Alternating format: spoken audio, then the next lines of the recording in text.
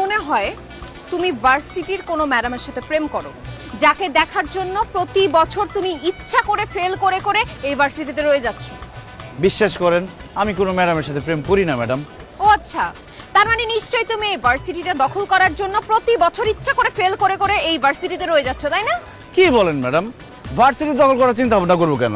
উপরওয়ালার মেহেরবানিতে টাকা পয়সা শহর সম্পত্তি সব আছে, শুধু মেধা নাই। এই জন্য পাশ করে ভার্সিটি থেকে বেরোতে পারতেছি না। সত্যি করে বলো তো, তুমি পড়াশোনায় ভালো না এই কারণে প্রতি বছর ফেল করতেছো, নাকি অন্য কোনো কারণ আছে?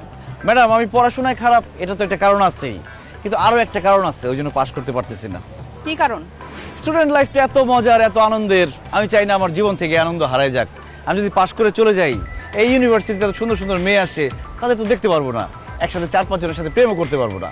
তাছাড়া পাশ করলে মা বলবে যা চাকরি কর, বিয়ে কর, ওই ঝামেলায় যেতে চাই না। এই জন্য স্টুডেন্ট লাইফে আসি, মজায় আসি, আনন্দে আসি, বিন্দাস আসি।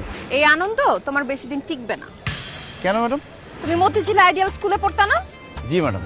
তোমার সাথে একটা মেয়ে পড়তো না, তাবাসসুম? খুব ভালো ছিল পড়ালেখায়, তোমাকে খুব পছন্দ করতো, অনেক ভালোবাসতো তোমাকে। তুমিও তার সাথে অনেক দিন প্রেমের নাটক করে তারপর সুন্দরী একটা মেয়েকে পেয়ে ওকে ছাকা দিয়ে চলে গেছো। তো ছাকা দিব না, কি করব? ওর চেহারাটা খুব খারাপ ছিল ম্যাডাম, আর তার চেয়ে বড় কথা ও আমার থেকে লম্বা ছিল। ওর সাথে যখন আমি হাঁটতাম তখন সবাই আমাকে বাটুল বলতো। এই জন্য লজ্জায়, ঘৃণায়, অপমানে ওর সাথে ব্রেকআপ করে ফেলছি, আরেকজনের সাথে প্রেম করছি। কিন্তু ম্যাডাম আপনি এত কিছু কিভাবে জানেন?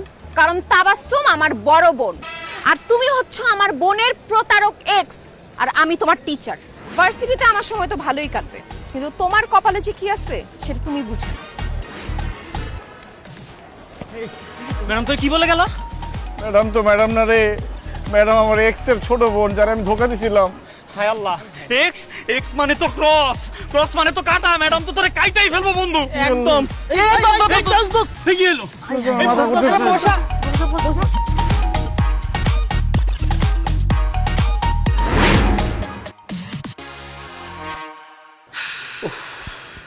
সারাক্ষণ এই অসভ্য জঙ্গলি ম্যাডামের কথা চিন্তা করতে করতে আমি শুধু তারই দেখি সবসময়। এই যে কাজের মেয়ে রহিমা, তুমি আমার সামনে দাঁড়ায় আছো, অথচ আমি দেখতেছি যে আমার সামনে আমার জঙ্গলি ম্যাডামটা দাঁড়ায় আছে। এই ম্যাডাম আপনি আমার কল্পনা আসা বন্ধ করেন তো।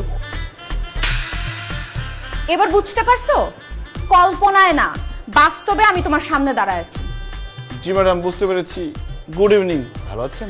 আমি জঙ্গলি, তাই না? না ম্যাডাম, আপনি তো অনেক সুইট। আমি জঙ্গলি, আমার 14 গোষ্ঠী জঙ্গলি, জঙ্গলে আমাদের বসবাস। আমি অসভ্য, তাই না? ছি ছি ম্যাডাম, কি বলেন? আপনি সভ্যতা, আপনি ভদ্রতা, আপনি শিক্ষিতা, আপনি মমতা। অসভ্যতা আমি, তাহলে ম্যাডামটা কি অসভ্য বলে? যাই হোক, এইসব হিসাব আমি তোমার সাথে পরে করছি। তোমার মা বাসায় আছেন? জি। ওনার সাথে আমার জরুরি কথা আছে। কি ব্যাপারে ম্যাডাম? আমি খোঁজ নিয়ে দেখেছি তুমি ভার্সিটির গত 2 সেমিস্টারের সেমিস্টার ফি দাও নাই, সেই ব্যাপারে তার সাথে আমার কথা আছে। খবরদার ম্যাডাম, ভুলেও আমার মায়ের সাথে এই ব্যাপারে কথা বলবেন না প্লিজ। কেন? কারণ ম্যাডাম আমি মার কাছ থেকে সেমিস্টার ফি, বেতন, টাকা পয়সা যা লাগছে সব দিছি, কিন্তু জমা দিই নাই, খাই বলছি। এখন আপনি যদি বলে দেন যে বাসা থেকে টাকা নিয়ে আমি ভার্সিটিতে জমা দিই নাই, খাই বলছি, তাহলে আমার মা আমার হাত খরচ, মোবাইল খরচ, বাইকের খরচ, শপিং খরচ সব বন্ধ করে দিবে, আমি না খেয়ে মরবো।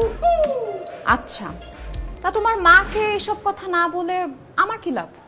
ম্যাডাম মা তো আমাকে সেমিস্টার ফি আবার দিবে, সেটা তো আমি ভার্সিটিতে জমা দিব না।